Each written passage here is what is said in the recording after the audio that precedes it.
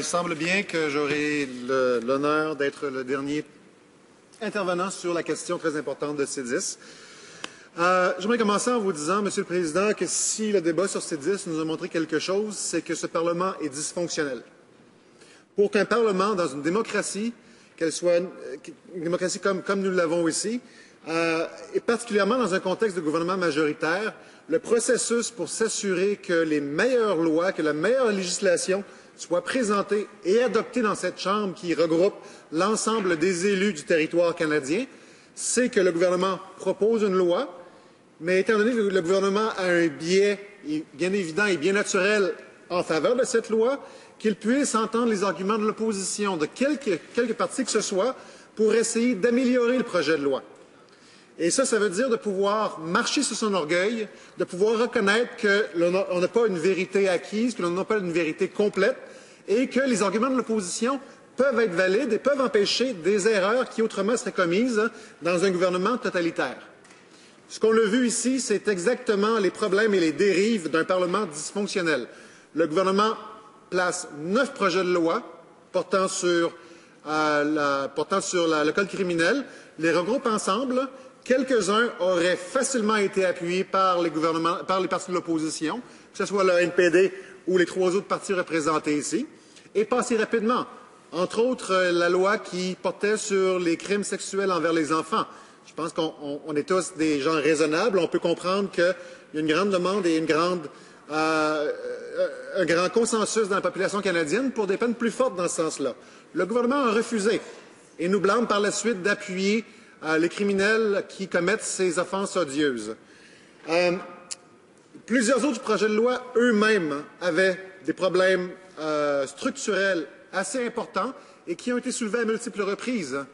Le gouvernement refuse d'agir sur ces problèmes structurels qui ont été soulevés par l'opposition en prétendant que les arguments ont été entendus et puis que maintenant on peut passer au vote, ce qui va se dérouler probablement d'ici lundi. Les arguments ont peut-être été entendus, mais ils n'ont soit pas été compris ou soit été rejetés du revers de la main sans plus d'analyse. J'aimerais vous parler d'un problème en particulier. On parle du gouvernement qui refuse de travailler avec les partis de l'opposition, incluant le NPD. J'aimerais souligner l'excellent travail qu'ont effectué nos 2 porte-paroles, notre critique en matière de justice et la députée de Gatineau qui est porte-parole associée en matière de justice, qui ont fait un travail phénoménal, tout comme les porte-paroles des autres partis également de l'opposition. Mais si le gouvernement refuse de travailler avec les partis de l'opposition, il devrait pouvoir travailler avec au moins les provinces. Et présentement, on sait qu'une majorité de provinces, dont le Québec, ont des sérieuses réserves sur plusieurs parties de ce projet de loi omnibus. Pas une partie, pas 2 parties, plusieurs parties. On sait aujourd'hui que l'une des rares provinces sur lesquelles le gouvernement fondait de l'espoir pour justifier ou donner la crédibilité à son projet de loi, le Manitoba, émet de sérieuses réserves sur plusieurs sections de ce projet de loi également.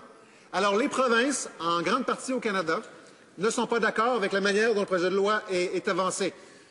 Je suis fier de dire que nous avons travaillé avec les provinces, et particulièrement avec le Québec, pour essayer d'amender certaines portions beaucoup plus critiques de ce projet de loi, entre autres sur les jeunes contrevenants dont on vient de parler.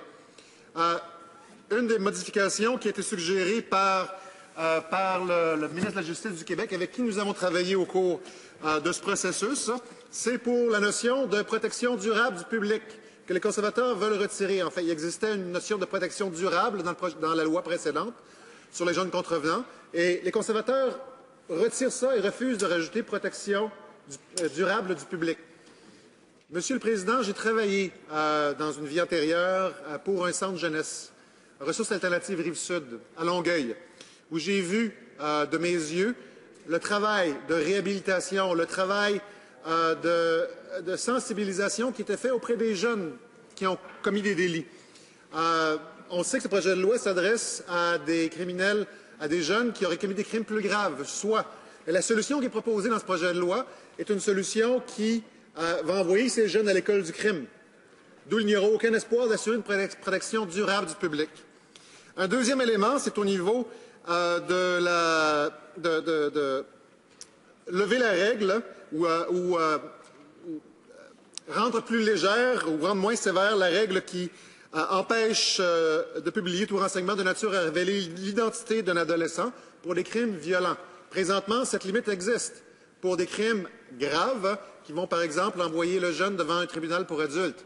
Mais en ouvrant la possibilité pour que l'identité des jeunes soit révélée dans le cadre d'enquêtes pour des crimes violents, quels qu'ils soient, on stigmatise systématiquement ces jeunes et on place un obstacle de plus à leur possible réhabilitation et à leur possible réinsertion sociale. Alors, le Québec a fait son travail, a fait ses devoirs. La plupart des provinces aussi. Les partis de l'opposition ont fait leurs devoirs. Les seuls qui n'ont pas fait leurs devoirs, c'est le gouvernement fédéral. Les provinces vont payer, la population va payer. Merci.